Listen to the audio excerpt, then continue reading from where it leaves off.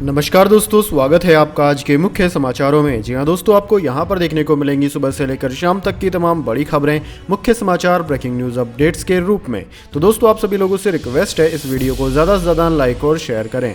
तो चलिए दोस्तों, जान लेते हैं आज की पहली बड़ी खबर।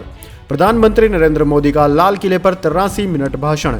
जय जवान, जय किसान, जय विज्ञान और जय अनुसंधान का नारा दिया, भावुक भी हो गए। जी हां दोस्तों, देश में सोमवार को आजादी का जश्न मनाया गया। प्रधानमंत्री नरेंद्र मोदी ने लाल किले से 9वीं बार राष्ट्रीय ध्वज तिरंगा फहराया। इस दौरान उन्हें 21 तोपों की सलामी भी दी गई। दोस्तों, 83 मिनट के अपने भाषण में उन्होंने देश के सामने 5 संकल्प रखे। भ्रष्टाचार, परिवारवाद, भाषा और लोकतंत्र का जिक्र किया। गांधी, नेहरू, सावरकर को याद कर नमन किया। नारी शक्ति के सम्मान और उनके गौरव की बात कहते हुए भावुक भी हो गए। उन्होंने कहा कि मैं एक पीड़ा जाहिर करना चाहता हूं। मैं जानता हूं कि शायद ये लाल किले का विषय नहीं हो सकता। मेरे भीतर का दर्द कहां कहूं, वो है किसी न किसी कारण से हमारे अंदर एक विकृति आई है। हमारी बोलचाल, हमारे शब्दों में हम नारी का अपमान करते हैं। क्या हम नारी को अपमानित करने वाली हर बात से मुक्ति का संकल्प करते हैं? दोस्तों, प्रधानमंत्री ने कहा कि अगर हम अपनी ही पीठ थपथपाते रहेंगे तो हमारे सपने कहीं दूर चले जाएंगे। इसलिए हमने कितना भी संघर्ष किया हो, उसके बावजूद भी जब आज हम अमृत काल में प्रवेश कर रहे हैं तो अगले 25 साल हमारे देश के लिए अत्यंत महत्वपूर्ण है। इसके बाद दोस्तों, अगली बड़ी खबर। सिद्धू मूसेवाला की हत्या के 2.5 महीने बाद पिता ने कहा, करीबी दोस्तों ने मरवाया, जल्द नाम का खुलासा। जी हां दोस्तों, मशहूर पंजाबी सिंगर व कांग्रेस नेता सिद्धू मूसेवाला की हत्या के कुछ दिन बाद से ही उनके पिता बलकार सिंह ने आरोप लगाया था कि उनकी हत्या के पीछे कुछ राजनीतिक लोग और मूसेवाला के करीबियों का हाथ है। साथ ही उन्होंने कहा था कि जल्द ही वो उन सब के नामों का खुलासा करेंगे। अब जाकर बालकर सिंह ने बताया कि उनके बेटे की हत्या के पीछे आखिर वजह क्या थी और वो कौन लोग थे जिन्हें मूसेवाला खटकने लगा था। पिता बलकौर सिंह ने बताया कि मूसेवाला की हत्या के पीछे उनकी कामयाबी थी, क्योंकि मूसेवाला बहुत कम समय में कामयाबी के ऊंचे पायदान पर पहुंच गए थे। कुछ लोगों से उनकी ये कामयाबी बर्दाश्त नहीं होती थी। बलकार सिंह ने कहा कि यहां तक कि सरकार को भी गुमराह किया गया है। बलकार ने आगे बताया कि कुछ लोग उनको अपनी कामयाबी की सीढ़ी बनाकर अपने करियर की ऊंचाइयां तय करना चाहते थे, जो मूसेवाला को स्वीकार नहीं था, क्योंकि वह आज़ाद ख्याल के थे, इसलिए उन्हें मार डाला गया। इसके बाद दोस्तों, अगली बड़ी खबर। तिरंगा फहराने के बाद आदिवासियों के साथ झूमी ममता बनर्जी। श्रीनगर में लाल चौक पर लगे वंदे मातरम के नारे। जी हां दोस्तों, कश्मीर से लेकर कन्याकुमारी तक पूरे देश में आज़ादी के 75वें साल का जश्न मनाया जा रहा था। दोस्तों, लाल किले के प्राचीर से प्रधानमंत्री नरेंद्र मोदी के संबोधन के बाद देश के अन्य जगहों पर भी झंडा फहराया गया। कश्मीर के लाल चौक पर युवाओं ने झंडा फहराने के बाद वंदे मातरम और भारत माता की जय के नारे लगाए। वहीं दोस्तों, भारत के साथ ही अमेरिका के बोस्टन में भी तिरंगा झंडा फहराया गया। वहीं INS तरंगिणी ने यूरोप के समुद्र में तिरंगा झंडा फहराया। दोस्तों, बंगाल की CM ममता बनर्जी ने तिरंगा झंडा फहराने के बाद बंगाल के मुख्यमंत्री के तौर पर आदिवासी महिलाओं के साथ लोक नृत्य किया। इसके बाद दोस्तों, अगली बड़ी खबर। कर्नाटक में वीर सावरकर के पोस्टर पर विवाद। शिमोगा में तनाव के बाद लगाया गया कर्फ्यू। जी हां दोस्तों, कर्नाटक के शिमोगा में कुछ लोगों ने वीर सावरकर के पोस्टर्स को हटाकर टीपू सुल्तान के पोस्टर लगाने की कोशिश की, जिसके बाद इलाके में इस वक्त तनाव का माहौल बन गया। पूरा मामला आमिर अहमद सर्कल का है। लोगों को तितर बितर करने के लिए पुलिस को लाठीचार्ज करना पड़ा। फिलहाल पूरे शिमोगा टाउन में धारा 144 लागू कर दी गई है। रविवार को भी ऐसा ही मामला सामने आया था, जहां वीर सावरकर के पोस्टर्स को फाड़ दिया गया था, जिसके बाद पुलिस ने मामला दर्ज किया था। आज फिर एक बार ऐसा ही मामला सामने आया है। इस घटना के विरोध में बेंगलुरु में टीपू सुल्तान के भी पोस्टर्स फाड़े गए। इसके बाद दोस्तों, अगली बड़ी खबर। म्यांमार में नोबेल पुरस्कार की विजेता आंग सान सू की को भ्रष्टाचार के आरोप में 6 साल की जेल। जी हां दोस्तों, सेना शासित म्यांमार की एक अदालत ने सोमवार को देश की अपदस्थ नेता आंग सान सू की को भ्रष्टाचार के 4 और मामलों में दोषी ठहराया तथा उन्हें अतिरिक्त 6 साल कैद की सजा सुनाई। एक विधि अधिकारी ने यह जानकारी दी। सुनवाई बंद कमरे में हुई और सूची के वकीलों को कार्यवाही के बारे में जानकारी का खुलासा करने से रोक दिया गया। अदालत ने सोमवार को संबंधित 4 अतिरिक्त मामलों में फैसला किया। दोस्तों, सूची पर आरोप लगाया गया था कि उन्होंने सार्वजनिक भूमि को बाजार मूल्य से कम पर किराए पर देने के लिए अपने पद का दुरुपयोग किया था। धर्मांध उद्देश्यों के लिए मिली दान राशि से एक घर का निर्माण किया। इन्हें 4 मामलों में से प्रत्येक में 3-3 साल की सजा मिली, लेकिन इनमें से 3 मामलों में सजा एक साथ चलेगी। इस तरह उन्हें अतिरिक्त 6 साल तक जेल में रहना होगा। इसके बाद दोस्तों, अगली बड़ी खबर। दलित छात्र की पिटाई से मौत पर विधायक का इस्तीफा। कांग्रेस एमएलए बोले समाज पर अत्याचारों से दुखी, सरकार के रवैये से भी हूं निराश।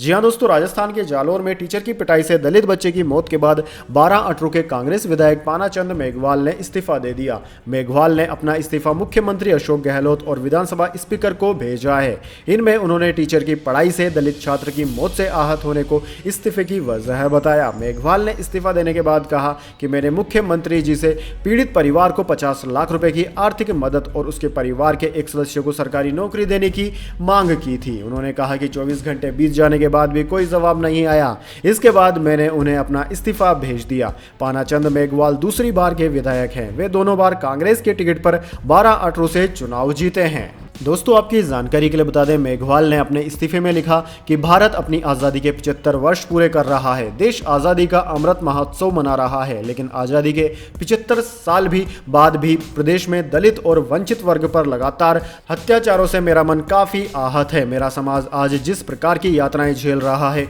उसका दर्द शब्दों में बयान नहीं किया जा सकता। इसके बाद दोस्तों, अगली बड़ी खबर। चीन की धमकी से बेपरवाह अमेरिकी सांसद पहुंचे ताइवान, ड्रैगन बौखलाया, कह दी यह बात।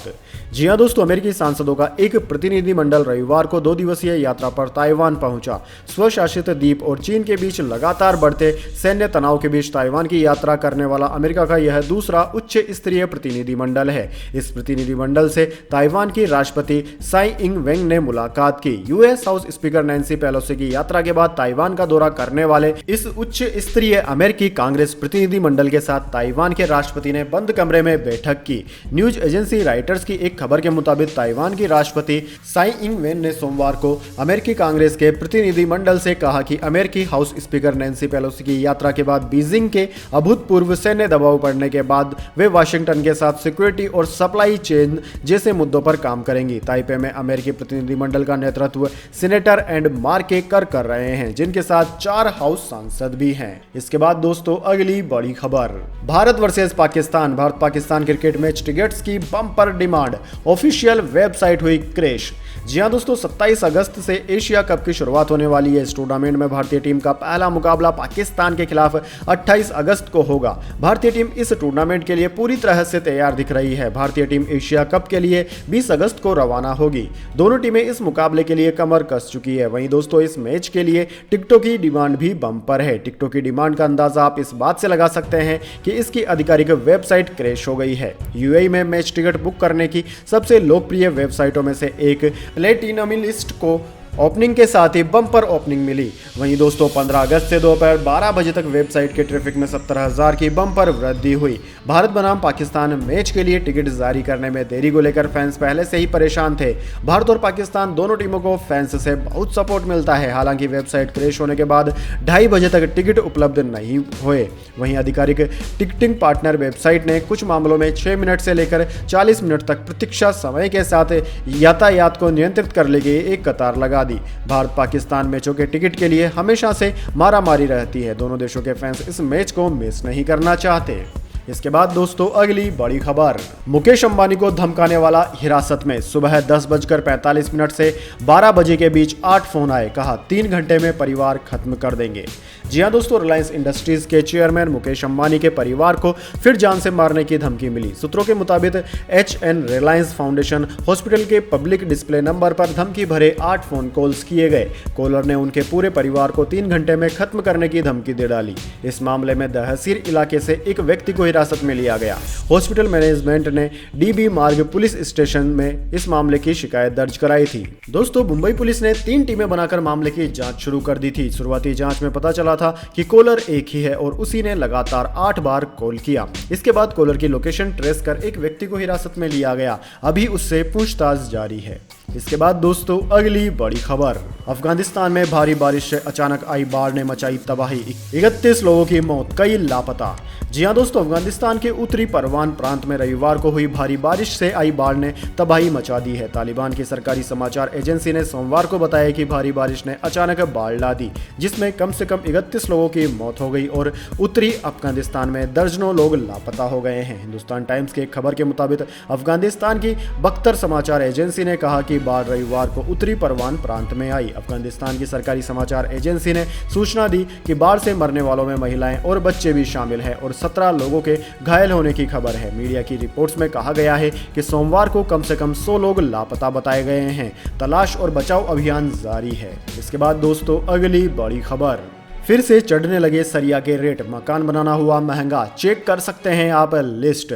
जी हां दोस्तों, मांग बढ़ने के कारण सरिया के दाम में एक बार फिर से तेजी आने लगी है। अप्रैल में रिकॉर्ड हाई पर पहुंचने के बाद जून में सरिया की कीमतों में गिरावट आनी शुरू हुई थी और जुलाई के मध्य में तो दामों में करीब 4500 रुपये टन की कमी आई थी। बाजार जानकारों का कहना है कि मानसून सीजन में मांग काफ़ी कम होने के कारण अन्य भवन निर्माण सामग्री के दाम काफ़ी गिरे थे। अब निर्माण गतिविधियों के धीरे धीरे शुरू होने से सरिया सहित अन्य सामग्रियों के रेट फिर से चढ़ने लगे हैं। दोस्तों आपकी जानकारी के लिए बता दें, देश में सरिया के भाव अप्रैल महीने में उच्चतम स्तर पर पहुंच गए थे और देश के कई शहरों में सरिया का भाव 85,000 रुपए प्रति टन हो गया था। फिर जून में कीमतों में भारी गिरावट आई और रेट 45,000 रुपए प्रति टन हो गए। जून अंत में फिर से सरिया के रेट चढ़ने शुरू हुए। इसके बाद 10 जुलाई के बाद सरिया के दामों में गिरावट आई। जुलाई अंत तक सरिया के रेट 59,000 रुपए टन तक आ गए।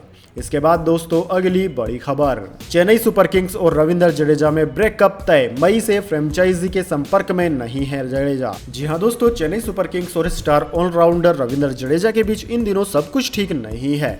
अगले कुछ महीनों के अंदर दोनों अलग हो सकते हैं। मई में आईपीएल खत्म होने के बाद से भारतीय ऑलराउंडर सीएसके प्रबंधन के साथ संपर्क में नहीं है। सीएसके की टीम खिलाड़ियों को एक परिवार की तरह रखती है और साल भर उनके साथ संपर्क में रहती है, लेकिन नेशनल क्रिकेट अकेडमी में रिहेबिलिटेशन प्रक्रिया में लगे जडेजा ने फ्रेंचाइजी से दूरी बना रखी है। वह सीएसके के किसी भी अभियान में भाग नहीं ले रहे हैं। जडेजा को आईपीएल के बीच में ही कप्तानी से हटा दिया गया था, जब प्रबंधन को लगा कि नेतृत्व का बोझ उनके खेल को प्रभावित कर रहा है। जडेजा ने इसे अपमान के रूप में लिया। जडेजा चेन्नई में कप्तान के रूप में सफल होने के बाद भारतीय टीम की कप्तानी करने का सपना देख रहे थे। उनकी जगह धोनी को फिर से कप्तान बना दिया गया। कहा जा रहा है कि जडेजा इसी बात से नाराज हो गए थे। मई के मध्य में जब से उन्होंने मुंबई में टीम होटल छोड़ा है, तब से फ्रेंचाइजी उनके साथ मतभेदों को सुलझाने में असमर्थ रही है। इसी बीच जडेजा ने चेन्नई सुपर किंग्स से संबंधित सभी सोशल मीडिया पोस्ट हटा दिए। वह एकमात्र खिलाड़ी थे जो उस वीडियो का हिस्सा नहीं थे जिसे चेन्नई ने कप्तान धोनी को उनके जन्मदिन पर बधाई देने के लिए पोस्ट किया था। इसके बाद दोस्तों अगली बड़ी खबर, लाल सिंह चड्ढा फ्लॉप होने से आमिर खान सदमे में। फिल्म ने 4 दिन में 38 करोड़ कमाए, डिस्ट्रीब्यूटर्स को भारी नुकसान, फिल्म में कर्ज से मुआवजा मांगा। जी हां दोस्तों, आमिर खान अपनी फिल्म लाल सिंह चड्ढा के फ्लॉप होने से सदमे में है। मीडिया रिपोर्ट्स के मुताबिक डिस्ट्रीब्यूटर्स को इस फिल्म के कारण काफी नुकसान झेलना पड़ा है और उन्होंने मेकर्स से मुआवजे की मांग की है। आमिर खुद इस फिल्म के को प्रोड्यूसर हैं। दोस्तों खबर है कि उन्होंने इस फिल्म के फ्लॉप होने की जिम्मेदारी ली है। हालांकि इसे लेकर उन्होंने आधिकारिक बयान नहीं दिया है। बॉलीवुड हंगामा की रिपोर्ट के अनुसार आमिर खान और उनकी पूर्व पत्नी किरण राव के दोस्त ने बताया कि आमिर ने लाल सिंह चड्ढा के लिए बहुत मेहनत की थी। आमिर की कोशिश थी कि वह फॉरेस्ट गम के बेस्ट वर्जन को ऑडियंस के सामने लाए, लेकिन रिलीज के बाद लोगों के रिएक्शन ने आमिर पर बुरा असर डाला है। इससे वह सदमे में चले गए। लाल सिंह चड्ढा को बिजनेस में हुए नुकसान के बाद फिल्म डिस्ट्रीब्यूटर्स ने मुआवजा मांगा है। उनका कहना है कि इस फिल्म से हमें फाइनेंशियली बहुत नुकसान हुआ है। रिपोर्ट्स के मुताबिक मेकर्स डिस्ट्रीब्यूटर्स के नुकसान की भरपाई करने की तैयारी कर रहे हैं। इसके बाद दोस्तों अगली बड़ी खबर, महिंद्रा ने 5 इलेक्ट्रिक एसयूवी से उठाया पर्दा। 6 सेकंड में 100 किलोमीटर की स्पीड पकड़ लेगी। 2024 और 2026 के बीच में होंगी लॉन्च।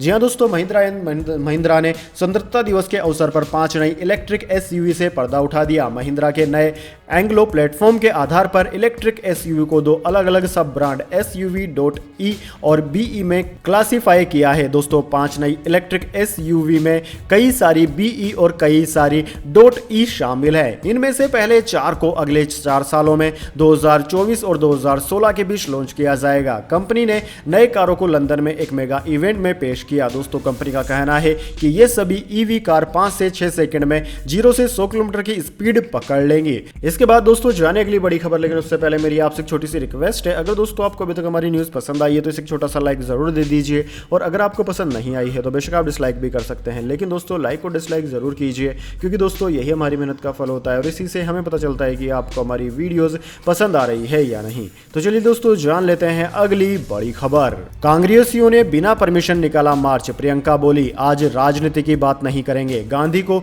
शहादत स्थल पर राहुल ने दी श्रद्धांजलि। जी हां दोस्तों, आजादी की 75वीं वर्षगांठ पर कांग्रेस पार्टी महंगाई भ्रष्टाचार के विरोध में मार्च किया। पार्टी ने राहुल गांधी और प्रियंका गांधी के साथ कांग्रेस मुख्यालय से नारेबाजी करते हुए मार्च निकाला। मार्च कांग्रेस मुख्यालय से 30 जनवरी मार्ग पर पहुंचा। जहां महात्मा गांधी शहीद हुए थे वहां राहुल गांधी समेत सभी कांग्रेस नेताओं ने बापू को श्रद्धांजलि दी। श्रद्धांजलि के बाद मार्च समाप्त किया गया। दोस्तों, कांग्रेस पार्टी ने यह मार्च निकालने के लिए पुलिस की परमिशन मांगी थी, लेकिन पुलिस ने उन्हें मार्च निकालने की इजाजत नहीं दी थी। कांग्रेस ने बिना परमिशन के ही मार्च निकाला। पद यात्रा में प्रियंका गांधी हाथ में तिरंगा लेकर चल रही है। पद यात्रा में G23 के नेता गुलाम नबी आजाद और आनंद शर्मा भी मौजूद थे। दोस्तों, काफी समय बाद गुलाम नबी को किसी आंदोलन में राहुल गांधी के साथ देखा गया। प्रियंका गांधी ने कहा कि प्रधानमंत्री मोदी के परिवारवाद वाले भाषण पर टिप्पणी करने से मैंने मना कर दिया। उन्होंने कहा कि आज आजादी की सालगिरह है, आज हम राजनीति की बात नहीं करेंगे, आज सिर्फ देश की बात होगी। इसके बाद दोस्तों, अगली बड़ी खबर, ओला की पहली इलेक्ट्रिक कार 2024 में आएगी। सिंगल चार्ज पर 500 किलोमीटर की रेंज, 4 सेकंड में 100 किलोमीटर प्रति घंटे की स्पीड पकड़ लेगी। जी हां दोस्तों, ओला इलेक्ट्रिक ने स्वतंत्रता दिवस के मौके पर अपनी पहली इलेक्ट्रिक कार लाने का ऐलान कर दिया। कंपनी के सीईओ भावेश अग्रवाल ने ओला की पहली इलेक्ट्रिक कार की झलक दिखाई। उन्होंने बताया कि कार की रेंज 500 किलोमीटर होगी, साथ ही 4 सेकंड में 100 किलोमीटर प्रति घंटे की रफ्तार पकड़ लेगी। भावेश अग्रवाल ने बताया कि ओला की पहली कार शानदार टेक्नोलॉजी से लैस होगी। यह इलेक्ट्रिक सेगमेंट में बनने वाली देश की पहली स्पोर्ट्स कार होगी। कार की लेस ही नहीं बल्कि हैंडल लेस भी होगी, यानी कि कार बिना चाबी के स्टार्ट हो सकेगी। साथ ही कार के डोर में हैंडल नहीं होंगे। ये फ्यूचरिस्टिक कार 2024 तक लॉन्च होगी। ओला इलेक्ट्रिक कार में ऑल ग्लास रूफ होगी। ये कार के एरोडायनामिक्स को बेहतर बनाएगी, यानी कि कार को स्पीड पकड़ने में हवा से जो रुकावट होती है वह नहीं होगी। इसमें असिस्टेंट ड्राइविंग फीचर्स भी मिलेंगे। उन्होंने कहा कि प्लान 2 व्हीकल प्लेटफॉर्म को 6 अलग अलग कारों को डेवलप करने का है। इन सभी को तमिलनाडु की फैक्ट्री में तैयार किया जाएगा। यानी कि दोस्तों, जल्द ही ओला के स्कूटर की तरह ही कार भी आने वाला है, जो कि एक मोबाइल की तरह पूरे फंक्शनों से लैस होगी। इसके बाद दोस्तों, अगली बड़ी खबर, सरकारी कर्मचारियों के लिए खुशखबरी, राज्य ने महंगाई भत्ते में कर दिया 3% का इजाफा। जी हां दोस्तों, गुजरात सरकार ने अपने कर्मचारियों और पेंशन भोगियों के महंगाई भत्ते को 3% वृद्धि करने की घोषणा कर दी है। यह वृद्धि 1 जनवरी 2022 से मान्य होगी, यानी कि कर्मचारियों और वेतन भोगियों को एरियर भी मिलेगा। इसका लाभ 9.38 लाख कर्मचारी पेंशन भोगियों को मिलेगा। दोस्तों, महंगाई भत्ते का भुगतान 3 हिस्सों में किया जाएगा। पहली किस्त अगस्त 2022 के वेतन के साथ, दूसरी किस्त सितंबर 2022 के वेतन के साथ और तीसरी किस्त अक्टूबर के वेतन के साथ दी जाएगी। इसके बाद दोस्तों, अगली बड़ी खबर, आजादी के जश्न में शरीक हुए केविन पीटरसन, हिंदी में ट्वीट कर जीता सबका दिल। जी हाँ दोस्तों, भारत अपनी आज़ादी के 75 साल पूरे कर चुका है। इस खास अवसर पर पूरा देश आज़ादी का महापर्व मना रहा है। दुनिया भर के राजनेता, मशहूर हस्तियां और स्टार प्लेयर्स भारतवासियों को स्वतंत्रता दिवस की बधाई दे रहे हैं। अब दोस्तों, इंग्लैंड के पूर्व कप्तान केविन पीटरसन ने हिंदी में ट्वीट करते हुए भारतीय जनता को स्वतंत्रता दिवस की बधाई दी। पीटरसन ने ट्वीट किया, 75वें स्वतंत्रता दिवस की शुभकामनाएं। भारत गर्व करो और लंबा खड़े रहो। आप सभी के लिए एक बेहतर कल का निर्माण कर रहे हैं। उधर दोस्तों, साउथ अफ्रीका के पूर्व कप्तान एबी डिविलियर्स ने भी आज़ादी दिवस की बधाई दी। डिविलियर्स ने ट्वीट किया, 76वें स्वतंत्रता दिवस की शुभकामनाएं भारत। जब भी मैं भारत में खेलता हूं तो मुझे प्यार मिलता है। इससे कोई फर्क नहीं पड़ता कि मैं किस टीम के लिए खेलता हूं। इसके बाद दोस्तों, अगली बड़ी खबर, आधार पूनावाला ने दी बड़ी जानकारी। बोले, भारत में जल्द आएगी ओमिक्रॉन वैक्सीन, स्पेशल वैक्सीन, चल रहा है काम।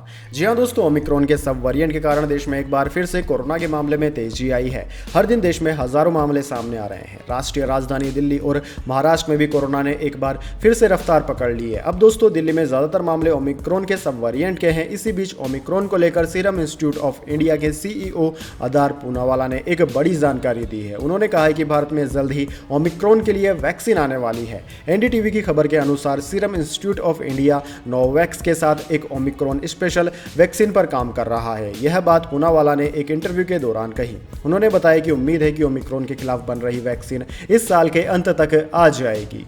तो दोस्तों, यह थी आज की तमाम बड़ी खबरें। इसके बाद दोस्तों, बारी आती है आज के माइंड क्यूज क्वेश्चन की। जी हाँ दोस्तों, एक आसान से सवाल का जवाब देकर आप जीत सकते हैं एक अमेजिंग सरप्राइज गिफ्ट हमारे यूट्यूब चैनल की ओर से। तो दोस्तों, आज का सवाल आपकी स्क्रीन पर आ चुका है। भारत के तिरंगे झंडे में स्थित अशोक चक्र में कितनी तीलियां होती हैं? जी हाँ दोस्तों, अगर आप जानते हैं कि अशोक चक्र में कितनी तीलियां यानी कि डंडियां होती हैं, तो जल्दी से कमेंट बॉक्स में इसका उत्तर लिख दीजिएगा। दोस्तों, आपका जवाब होता है एकदम सही और आप चले जाते हैं लकी विजेता के रूप में, तो आपको मिल सकता है एक अमेजिंग सरप्राइज गिफ्ट हमारे यूट्यूब चैनल की ओर से। तो दोस्तों, जल्दी से अपना उत्तर कमेंट बॉक्स में लिख दीजिए, वीडियो को लाइक कर लीजिए और चैनल को सब्सक्राइब करके बेल आइकन भी दबा लीजिए। धन्यवाद। वंदे मातरम। जय हिंद, जय भारत।